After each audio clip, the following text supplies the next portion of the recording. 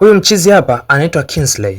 Anamkaribisha mama yake pamoja na mdogo wake Nene nyumbani kwake. Hawaamini kabisa kama jamaa ndo anamiliki huu mjengo. Mama alikuwa hospitalini kwa matibabu, ndo ametoka anakutana na hii surprise kutoka kwa mtoto wake Kingsley. Maana alikuwa hajawahi kabisa kuona mjengo wa mwanaye. Kingsley na familia yake walikuwa wanaishi maisha ya kimaskini sana.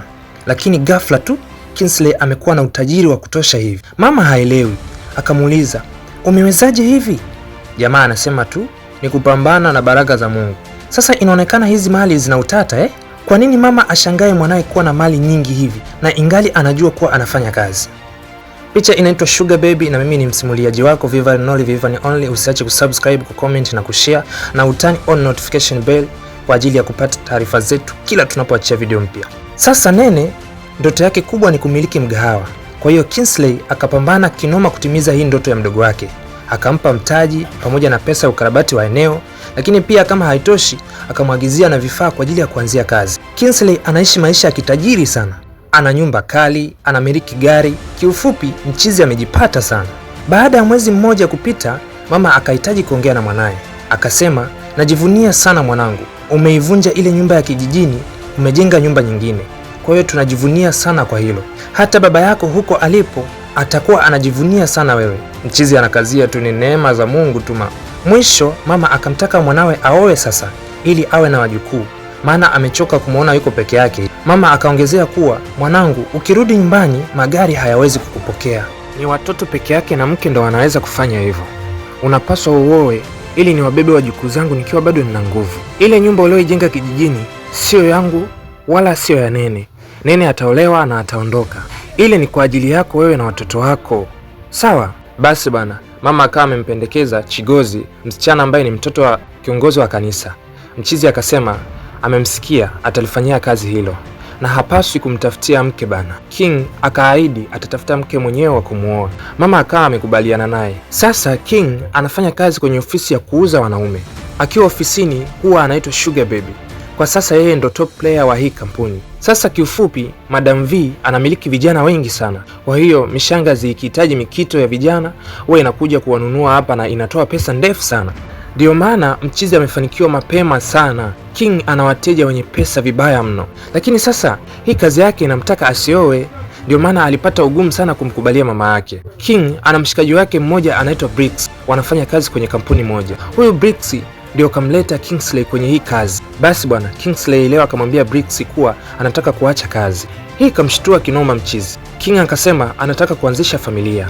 Bricks akasema, "Si unajua kuwa Madam V hatafurahishwa na hili?" Akasema, "Nafanya kwa ajili yangu. Nimewekeza kwenye biashara nyingi tu na mama anahitaji sana nioe. Siwezi kuendelea na haya maisha tena." Bricks akamsupport hapa mwanae na nini. Ndio hivyo. Akasema naye anatamani sana kuanzisha familia, awe na watoto na nini. Lakini kuwa na mwanamke anaona ni mateso tu. Kwa hiyo akaona ni bora awe na mama mwenye mtoto wake. King akaona kama mchiza anarahisisha sana maisha. Bricks haamini kabisa kwenye kuwa na mwanamke mmoja. Anaona ni hatari sana. Sasa leo mama kamleta Chigozi kumtambulisha kwa Kingsley. "Unamkumbuka Chigozi?" Mchizi ni kama amkumbuki hivi. "Mtoto wa Sister Deborah, mtoto wa kiongozi wa kanisa." Mchizi akatoa salamu tu hapa kama vile hajafurahishwa na nini. Mama ikabidi awapishe waongee wawili. Lakini mwana anaongea nini sasa? Maana haelewi hata cha kuongea naye, hajampenda kabisa. Mwamba naye akatoka kumfuata mama yake. Akamwambia mama yake, "Kwa nini umemwacha yule msichana sebleni kama vile?" Mama akasema, "Chigozi ana tabia nzuri, anawajibika na ametulia kwenye familia ya Kikristo. Anakufaa sana yule. Ananifaa mimi na umekutana naye leo tu." Mama anasema, "Ninamjua mama yake miaka mingi sana na ninavyokuona wewe unaogopa wanawake. Isitoshe hata kutongoza huwezi wewe. Kwa hiyo ndo maana nimeamua kukusaidia, au nimekosea?" "Hapana, ila kwanza mimi siogopi wanawake. Ninajiamini sana tu, lakini naweza kutafuta mwanamke mwenyewe. Usilete wasichana wako hapa wa kanisani tena mama." Sawa. Leo King kaja ofisini akamwambia Madam V kuwa anataka kuanzisha familia. Madam V akaonekana kufurahia sana hili. Mchizi akasema hawezi kuendelea na hii kazi kama akioa. Madam V akamuuliza, "Nani amesema huwezi? Hebu kaa hapo kwanza. Nataka kuacha, hivyo tu. Unajua itaathiri kiasi gani biashara yangu? Wateja wangu wanaolipa vizuri wanakutaka wewe."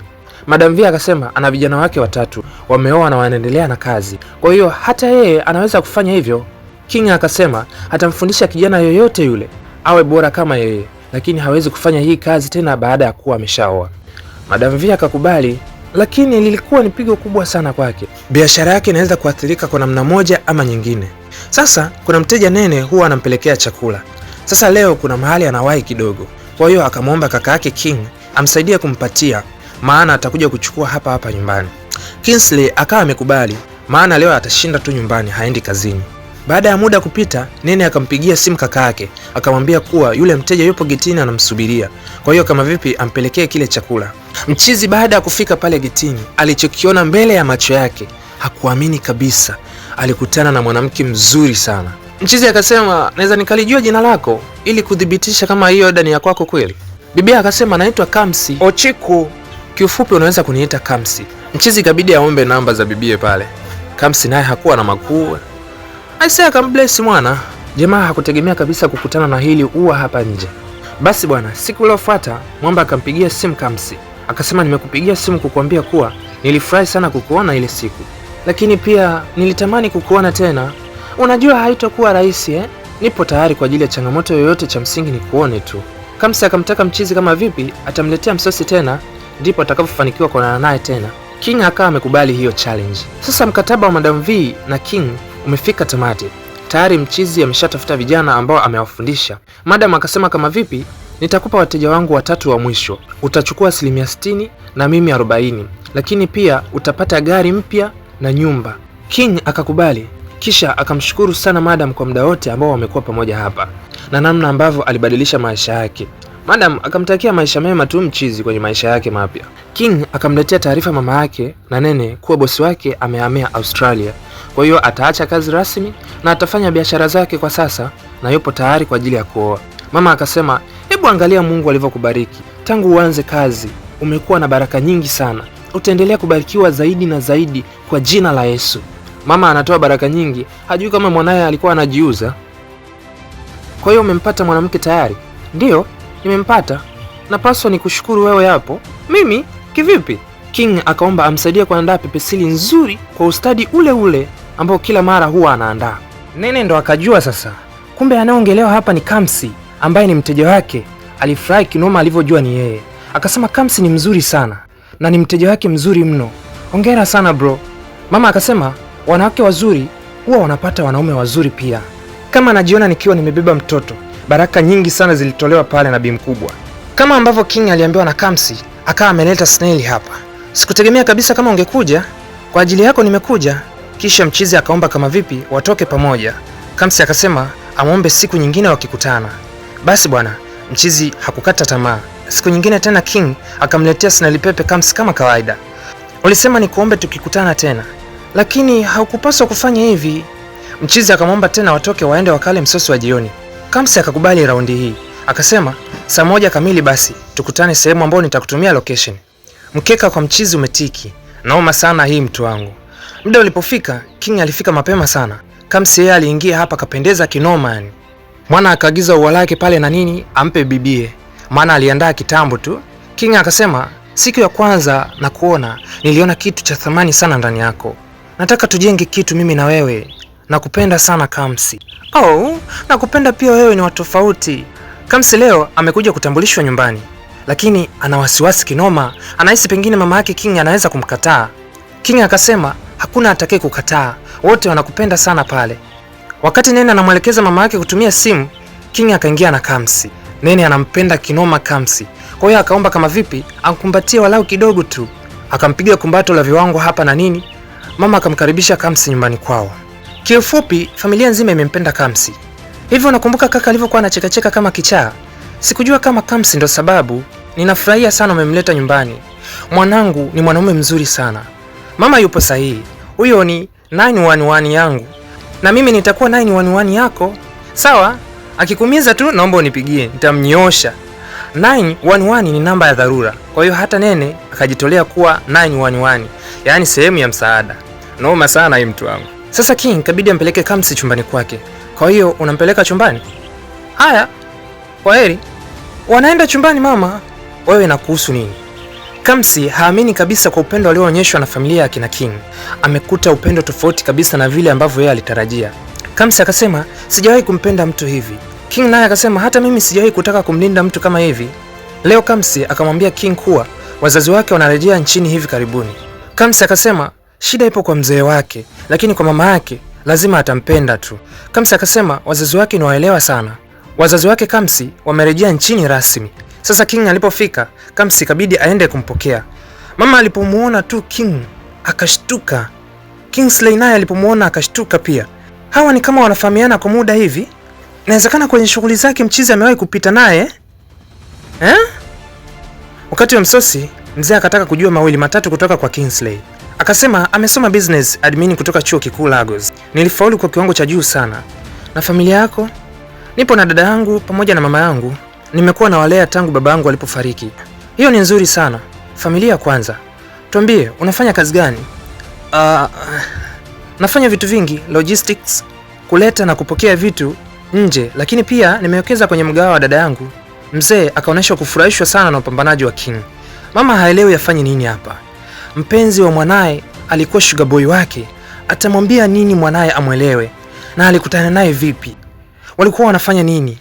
Akasema Kamsi hapaswi kabisa kujua hili na atamtafuta King waongee. Mama ikabidi amuulize mwanae mahusiano yake na King yanaendeleaje. Kamsi akasema anaendelea vizuri tu. Una hakika unataka King akoe?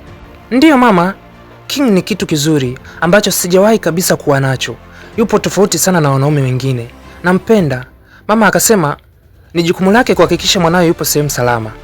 Mama alipambana kinoma akakutana na King. Akasema ameipata namba yake kutoka kwenye simu ya Kamsi. Tunahitaji kumwambia ukweli Kamsi. Anastahili kujua tulivyokutana. Mama akakataa. Lakini sio sawa. Nataka kumuoa Kamsi. Naogopa akijua ataniacha yule. Hawezi kujua na kuahidi siwezi kumwambia. Vipi wewe? Hata nielewa. Sijawahi kumuona mwanangu ana furaha kiasi hiki. Tafadhali naomba usimwache. Mama akaahidi atakaa naye mbali kabisa. King naye akasema hawezi kumwambia, kwa hiyo siri itabaki baina yao. King akamfuata Bricks nyumbani kwake. Akamwambia kuwa kuna tatizo. Tatizo gani tena hilo? Anajuana na mama yake Kamsi. Kwa hiyo hilo ni tatizo? Alikuwa mteja wangu. Bricks akachoka kabisa. Hicho ndo namaanisha, anahitaji kuweka siri.